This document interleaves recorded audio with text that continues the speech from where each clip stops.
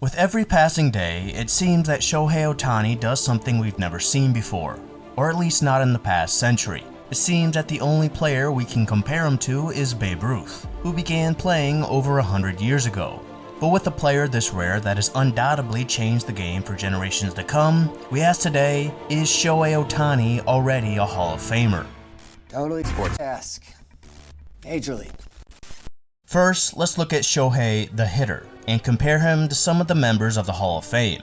As of July 2nd, through 650 games and 2,649 plate appearances, Shohei Ohtani has a batting average of .272, an OPS of .910, he has hit 158 home runs, and has drove in 410 runners, and has an offensive WAR of 17.3. And going through the list of Hall of Famers, excluding Negro League players, pitchers, and executives/managers, the player with the worst WAR per 162 games is Lloyd Wainer, an outfielder who played 18 seasons from 1927 to 1945. In his career that spanned 1,993 games, he had a batting average of .316, an OPS of .747, he hit 27 home runs, and drove in 598 runners. But if we bring up the more modern player with the lowest WAR, then it is Harold Baines, a DH and right fielder who played 22 seasons from 1980 to 2001.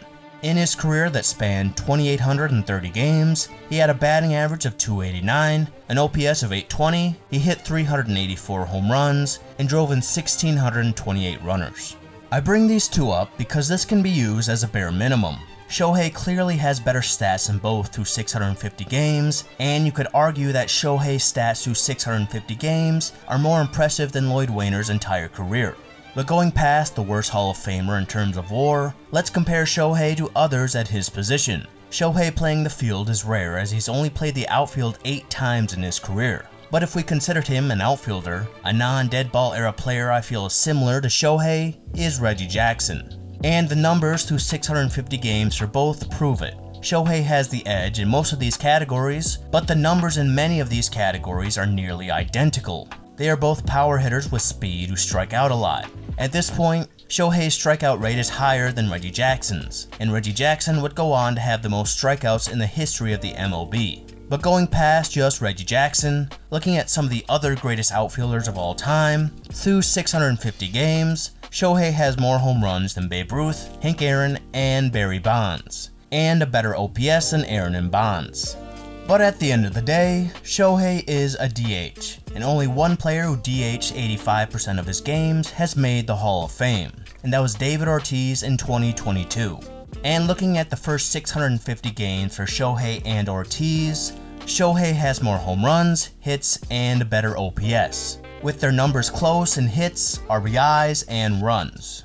Of course, many of the hitters we compared Shohei to started at younger ages than him, and some were late bloomers, including Barry Bonds, whose numbers and head size bloomed later in his career.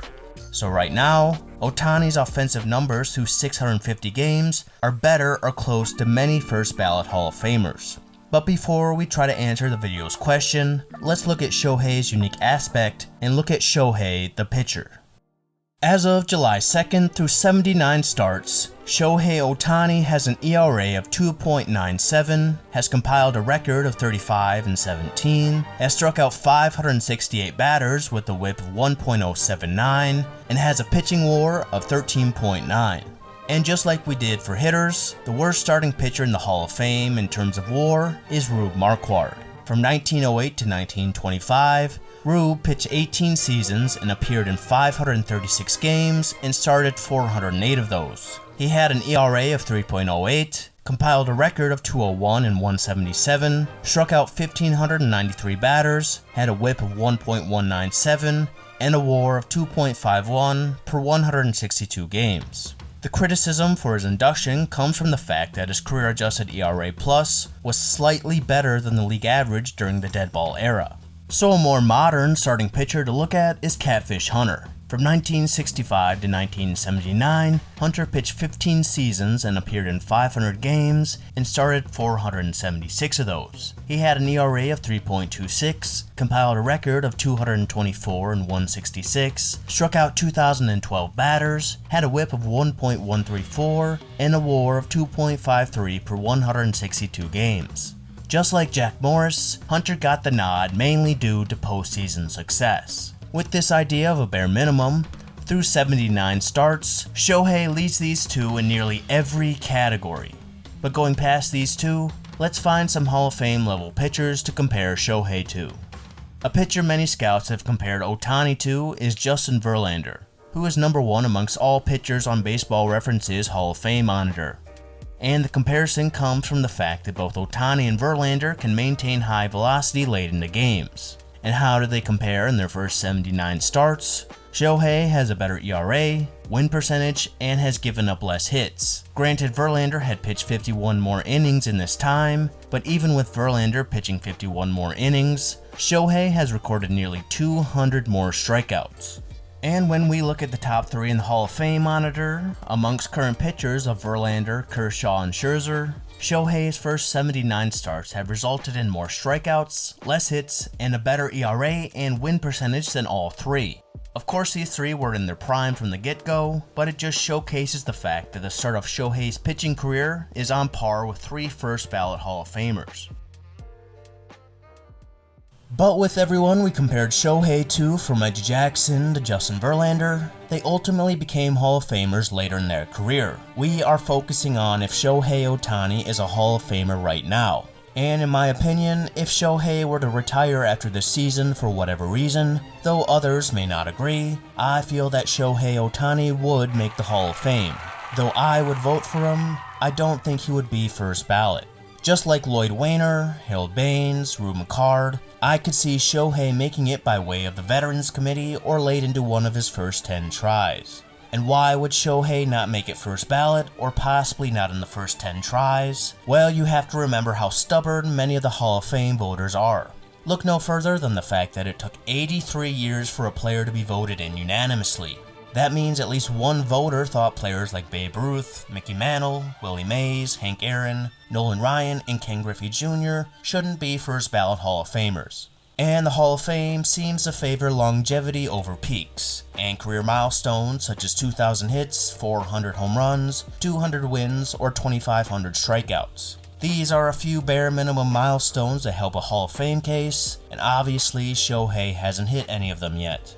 But regardless of my opinion or any of the Hall of Fame voters' opinions, there's a big problem if Shohei decided to retire for whatever reason after this year. The Hall of Fame requires players who have played at least 10 years in the MLB to be considered. And after this year, Shohei will have played 6. Addy Joss was the only MLB player to make the Hall of Fame despite playing less than 10 seasons. And this is because he died of meningitis after his 9th season. So if we took Shohei's 162 game average stats and assume he had 4.5 more average years, he would finish his 10-year career with 334 home runs, 869 RBIs, 1,336 hits, a 273 average, a 942 OPS, and an offensive WAR of 36.75. And on the mound, Shohei would finish with an ERA of 2.96. Strike out 1,666 batters, have a 678 win percentage, and finished with a pitching WAR of 40.9 while throwing 1,309 innings. Important to note here, Shohei would have only pitched 9 seasons due to Tommy John surgery in 2019. Of course, there is no way of knowing if he will end these 10 seasons with these stats, but if he did, and retired right then and there after leading the Expos to the World Series, then his OPS would be in the top 30 of all Hall of Famers. His slugging percentage would be in the top 15, his home run total would be in the top 50, while his on-base percentage and batting average wouldn't rank high, they would still be ahead of Hall of Famers like Gil Hodges and Barry Larkin. And on the pitching side, among Hall of Fame pitchers, his ERA would rank in the top 50, his win percentage would rank in the top 10, and he would finish with more strikeouts than 37 Hall of Fame pitchers, despite pitching less innings than 30 of those pitchers. So to answer the question of should Shohei Ohtani make the Hall of Fame once he meets the requirements, then in my opinion, it's an absolute yes, and he should be first ballot. Measuring by his numbers by average projections after 10 years, if you wanted to find one player throughout MLB history with a sub-3 ERA, over 1,300 innings pitched, and an OPS over 940, you would find only one, and that's Shohei Ohtani. Though there would be plenty of hitters and pitchers who would finish with better numbers than Shohei after 10 years, one thing that Willie Mays, Mickey Mantle, Ken Griffey Jr., Nolan Ryan, Sandy Koufax, and other greats didn't do is put up Hall of Fame numbers on the mound and at bat at the same time. And yes, that includes Babe Ruth. While Babe Ruth was a great pitcher and the best hitter of his time, in the 13 seasons that Babe Ruth hit over 30 home runs with an OPS over 1,000, not one of those came while he was pitching full time. And I only bring up Babe Ruth to add to the point that we have never seen a player like Shohei Ohtani before. And he's done all this during a time of modern training and development that has led to the league being more diverse and talented than ever. And as the Baseball Hall of Fame aims to preserve baseball history, of course some may find that hypocritical with the all-time hit leader, home run leader, and players from the steroid era not being in. But nonetheless, not putting Shohei Ohtani in would ignore a huge part of baseball history from this era. So, to once again answer the video's question, is Shohei Ohtani already a Hall of Famer? In my opinion, yes, and it's simply because his peak that we are witnessing right now is the greatest peak in MLB history. But assuming he puts up his average stats through 10 seasons, then Shohei should no doubt be a first ballot Hall of Famer. A player having an ERA close to first ballot Hall of Famer Pedro Martinez, and an OPS better than first ballot Hall of Famers like Willie Mays, David Ortiz, and Ken Griffey Jr. No matter the longevity or lack of milestones, putting up those numbers through 10 seasons should make him a no-doubter, and in my opinion, make him the greatest baseball player in history.